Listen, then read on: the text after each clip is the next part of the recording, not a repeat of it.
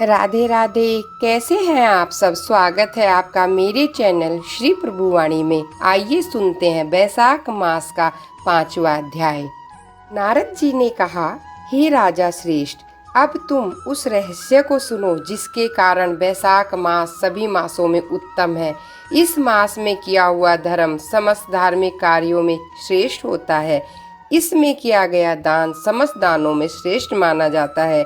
यह मास समस्त पापों को नष्ट करने में श्रेष्ठ है। इन समस्त बातों के गुप्त रहस्य को सावधान होकर सुनो। हे राजन, जब सभी युगों की समाप्ति पर समस्त लोकों के स्वामी भगवान विष्णु समस्त सृष्टि को अपने उदर में रखकर शेष सैया होते हैं और योग निद्रा के वंशीभूत होकर अनेकता रूपी एकता को प्राप्त होते हैं, तब एक निमेष बीतने के बाद वेदों की प्रार्थना पर भगवान अपनी निद्रा को त्यागते हैं। चैतन्य होने पर भगवान श्री नारायण अपने उदर में स्थित जीवों की अपनी इच्छा मात्र से ही कर्मानुसार सृष्टि करते हैं। भगवान विष्णु की इच्छा होने पर उनकी नाभि से एक स्वर्ण कमल उत्पन्न हुआ और उसी कमल से विराट पुरुष रूपी ब्रह्मा उत्पन्न हुए। फिर भगवान की इच्छा अनुसार ब्रह्मा ने 14 भुवनों की रचना की तथा भिन्न भिन्न कर्म और आश्रमों की रचना की। तीनों गुण सत, रज और तम, सभी भुवनों की अधिपति प्रकृति और मर्यादा की रचना भी हुई। इसके बाद वर्णाश्रमों की रचना करके धर्म की स्थापना हेतु चारों वेद, शास्त्र, स्मृति, पुराण तथा इतिहास के निमित्त उनके प्रवर्तक ऋषिगण प्रकट किए। उन ऋषियों ने अलग अलग वर्णों के अलग अलग धर्म सुनिश्चित किए तथा प्रजा को उत्पन्न कर उनमें धर्म के प्रति जिज्ञासा को श्रद्धा में बदला।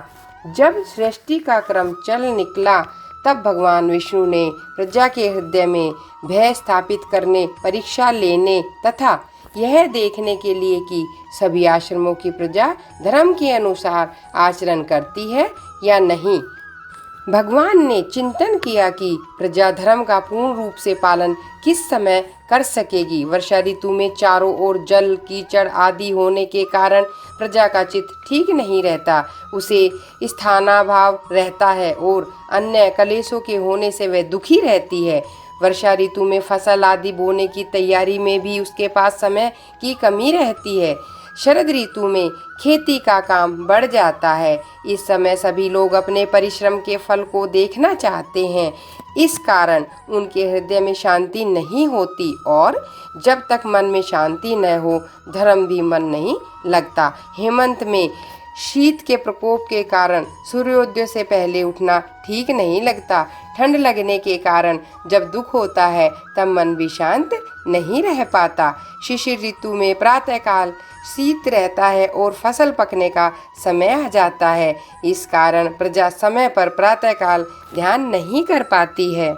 बसंत ऋतु सब प्रकार से श्रेष्ठ सिद्ध है। इस समय न तो शीत का प्रकोप होता है, न वर्षा का भय, फसल बोने की अथवा काटने की चिंता भी नहीं रहती है।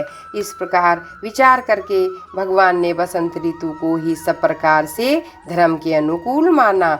इस ऋतु में स्नान, दान, तप, यज्ञ, क्रिया, भोग, योग तथा सभी प्रकार के धर्म कार्य सुविधा पूर्वक किए जा सकते हैं। अस्तु यही समस्त ऋतुओं में अत्यंत श्रेष्ठ एवं धर्म के अनुकूल है।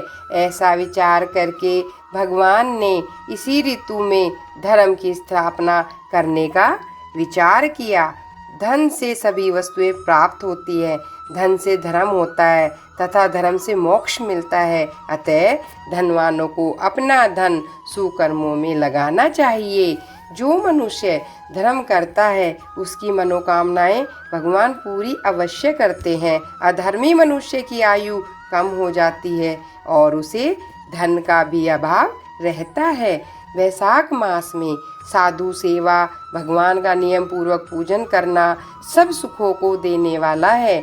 विष्णु भगवान इस मास में सब लोकों का भ्रमण करते हुए प्राणियों की परीक्षा लेते हैं और जो जैसा करता है उसे वैसा ही फल देते हैं। वैशाख मास में किए सुकर्मों से प्रभु वर्ष भर के पापों को क्षमा कर देते हैं, अतः यह मास सबसे उत्तम है। 5वां अध्याय समाप्त। आपको अगर मेरी वीडियो पसंद आई हो तो प्लीज़ लाइक और सब्सक्राइब अवश्य करें। धन्यवाद।